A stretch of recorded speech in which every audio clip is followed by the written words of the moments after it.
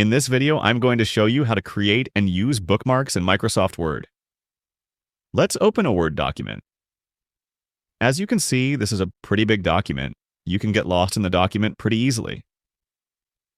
A bookmark is a useful feature that allows you to mark specific locations or sections within a document, so you can easily return to them later. It's especially helpful in long documents such as reports or manuals, where quick navigation is essential. Bookmarks can also be linked to from other parts of the document, making it easier to create internal references or interactive tables of contents. Now let's go to a random part of the document. Suppose I have read this much of the document. To add a bookmark, select a line or a sentence of the document. In the title bar, click on Insert. In the menu bar, click on Bookmark.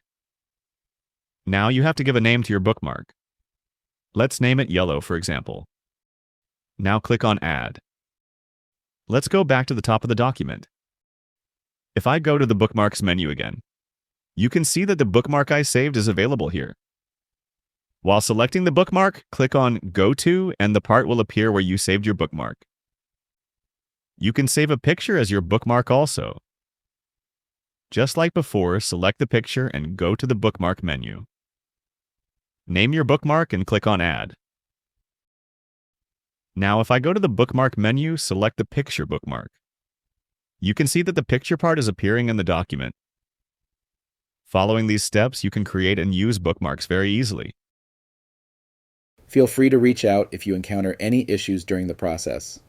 If this video helps you out, please leave a like and subscribe. Comment below if you have any questions. If you need further assistance, consider hiring a professional using the link in this video below.